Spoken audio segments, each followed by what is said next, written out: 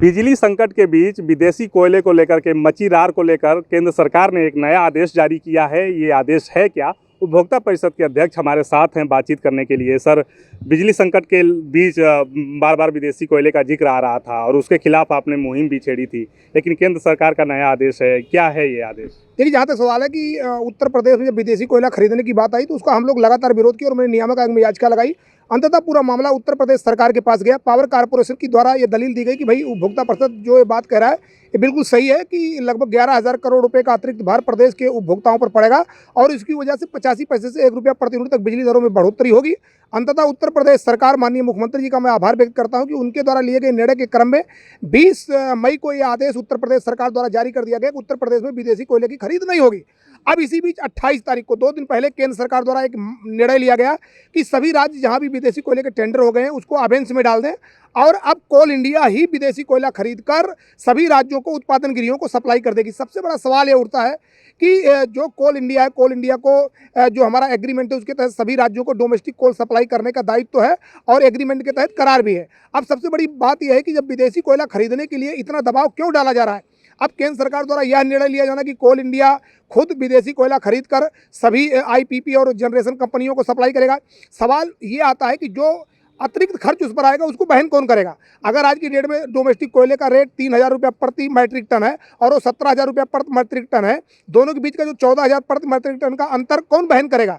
इसको लेकर उपभोक्ता परिषद केंद्र सरकार से आज ही ये मांग उठाई है कि केंद्र सरकार अगर विदेशी कोयला खरीदवाने के लिए इतना इच्छुक है तो निश्चित तौर पर 14,000 प्रति मैट्रिक टन का जो अतिरिक्त भार आएगा, जो अभी आकलन आ रहा है या जो भी सरकार तय करती है, उस अतिरिक्त भार पर सब्सिडी घोषित करे, लेकिन उसका खामियाजा प्रदेश की जनता पर ना पड़ने पाए। और फिर मैं एक बार देश के प्रधानमंत्री जी से मांग करूंगा कि ये बहुत बड़ा स्कैंडल है, इसकी सीबीआई जांच कराई है कि बार बार विदेशी कोयला खरीदने के लिए केंद्र सरकार क्यों दबाव डाल रहा है। सबको पता है कि देश के 2-3 निजी घराने ऐसे हैं। एक निजी घराना इतना बड़ा है कि जिसने विदेशों में कोल खदानें खरीद ली रखी हैं, उन्हीं का फायदा होगा।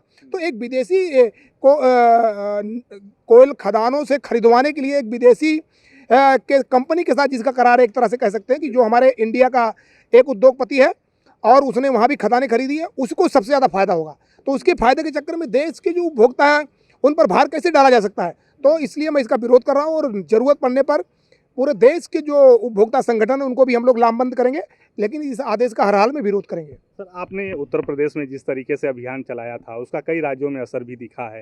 राज्य सरकारें क्या, अगर उनके लिए ये निश्चित हो जाएगा, अगर केंद्र सरकार कहती है कि नहीं आपको लेना ही तो उनके ऊपर एक दबाव रहेगा ही कि क्योंकि केंद्र का आदेश है और उसको मानना पड़ेगा, तब आप लोगों का अगला कदम क्या? देखिए, निश्चित तौर पर कोल इंडिया जो हमको डोमेस्टिक कोल सप्लाई करता है, अब उसी में मिश्रण करके विदेशी कोल सप्लाई कर देगा, फिर उसका रेट कह देगा कि आपको उसमें इतना विदेशी कोयला 10% मिला, उसका रेट ही आया, उसको भी अतिरिक्त भार दिए, तो एक बड़ी भारी समस्या खड़ी हो जाएगी। लेकिन उसी मामले में हमने माननीय विद्युत नियामक आयोग में पहले से ही याचिका लगा रखी है कि भाई हमारी बिजली दर नहीं बढ़ना चाहिए। इसीलिए मैं केंद्र सरकार से कह रहा हूं कि अगर आपको खरीदवाने का इतना शौक है तो आप इस पर सब्सिडी घोषित करिए केंद्र सरकार, और सब्सिडी घोषित करके प्रदेश की जनता पर कोई भार ना पड़े, क्योंकि एग्रीमेंट कोल इंडिया का और उत्पादन निगम का हुआ है। उत्पादन निगम को साल में, महीने में इतना कोल इनको देना है। अगर वो कोल सप्लाई नहीं कर पा रहे हैं तो उसकी पूर्ति के लिए वो विदेश से लाएं, कहीं से भी लाएं, हमसे क्या मतलब है? हमको तो जो हमारा आज की डेट में डोमेस्टिक कोल 3,000 रुपया प्रति मैट्रिक टन पर रहा है, उससे ऊपर अगर कोई खर्च आता है तो वो हमारे ऊपर ना पासान किया जाए। तो ये लड़ाई रहेगी, अब देखते हैं कि क्या होता है। लेकिन यही केंद्र सरकार सदन में कहती है कि उनके पास कोयले की कमी नहीं है और आज फिर वो विदेशी कोयले की बात कर रहे हैं। लेकिन निश्चित तौर पर 6 अप्रैल की मैं बात कर लूँ, 6 अप्रैल को लोकसभा के एक सवाल के जवाब में कोयला मंत्री ने कहा था कि उत्तर प्रदेश क्या पूरे देश में कोयले की कोई कमी नहीं है, कोयला इफराद मात्रा में है। अब सवाल है, अगर कोयला इफराद मात्रा में तो विदेशी कोयला खरीदवाने का षड्यंत्र क्यों हो रहा है? वैसे हमारे उत्तर प्रदेश के माननीय मुख्यमंत्री महोदय ने कह दिया कि विदेशी कोयला नहीं खरीदा जाएगा, और अब ये इस आदेश के तहत भी अगर देखा जाए तो इस आदेश के तहत भी उत्तर प्रदेश में विदेशी कोयला वो नहीं भेज सकते।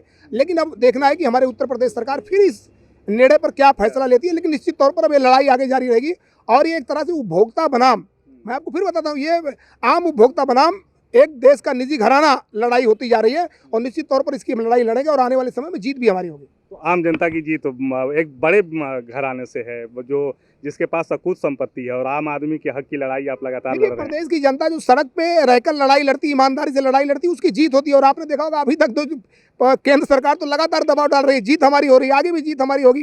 और आने वाले समय में विधिक लड़ाई और बाबा साहब द्वारा बनाई गई संवैधानिक व्यवस्था के तहत संविधान में जो प्रदत्त अधिकार है, उसके तहत जो हमारा एक्ट है, कानून है, उसके तहत हम लड़ाई लड़ेंगे और जीत हमारी होगी। और देश का निजी घराना एक बार फिर मुंह की खाएगा और प्रदेश की जनता की बिजली दरें नहीं बढ़ने पाएगी। सर, अंतिम सवाल है, चूंकि मानसून सत्र भी आने वाला है, मानसून भी आने वाला है और इस बार काफ़ी पहले ही है, तो कोयला का संकट है, यानी कि हम ये मान करके चलें कि जब बरसात आएगा तो बिजली का संकट और गहराने वाला है। लेकिन निश्चित तौर पर अगर उत्तर प्रदेश की बात करें तो उत्तर प्रदेश में रोज लगभग 15 रैक कोयला चाहिए। लेकिन वर्तमान की बात करें तो 10, 11, 12 रैक से ज़्यादा केंद्र सरकार का कोल इंडिया हमें कोयला नहीं दे रहा है। तो निश्चित तौर पर अभी हमने 2 दिन पहले ये सवाल उठाया था कि 15 रैक कोयला हमको मिलना चाहिए, और अभी 2 दिन पहले केंद्र सरकार ने इस कमी को लेकर कहा था अब आगे से आपको 17 रैक कोयला दिया जाएगा, लेकिन 12 रैक हमको दिया जा रहा है, केवल 5 रैक हमको कम मिल रहा है। तो निश्चित तौर पर अगर केंद्र सरकार हमको जो एग्रीमेंट के तहत, जो हमारा मानक के तहत जो रैक बनती है, अगर वो नहीं सप्लाई करेगी तो आने वाले समय मानसून सत्र में हमको कोयला संकट से जूझना पड़ सकता है। और निश्चित तौर पर हमको ये डर लग रहा है कि कहीं हम विदेशी कोयला ना खरीदें और वो हमको कोयला रैक भी कम दे दो। इसके बाद कहेगा देखो उत्तर प्रदेश के लोग कोयला नहीं खरीद रहे इसलिए उनको संकट। तो इसलिए मैं फिर उत्तर प्रदेश सरकार से मांग करूंगा केंद्र पर दबाव बनाए और जो मानक के अनुसार हमको 17 रैक मिलना चाहिए वर्तमान में, वो हमें दिलवाए, जिससे कि हमारे यहाँ बिजली संकट या कोयला संकट ना आने पाए। ये हैं उपभोक्ता परिषद के अध्यक्ष अवधेश कुमार वर्मा जी, जिन्होंने विदेशी कोयले के खिलाफ एक लंबी लड़ाई लड़ी और उसमें जीत भी हासिल की। लेकिन अब केंद्र सरकार का आदेश है और उस आदेश के खिलाफ भी वो लड़ाई लड़ने की बात कह रहे हैं और उनका साफ संकेत है, वो साफ कह रहे हैं कि एक बड़ा घराना है, जो उद्योगपति घराना है, वो इसमें संलिप्त है और उसको फ़ायदा पहुँचाने की कोशिश की जा रही है और इस कोशिश के खिलाफ वो लड़ाई लड़ेंगे और जीतेंगे। सहयोगी बाबूलाल के साथ Sushil Kumar, daily insider, Lucknow. UP और देश दुनिया की तमाम ताजा तरीन खबरों के लिए गूगल प्ले स्टोर से आज ही डाउनलोड करें हमारा तेजी से उभरता न्यूज ऐप डेली इंसाइडर।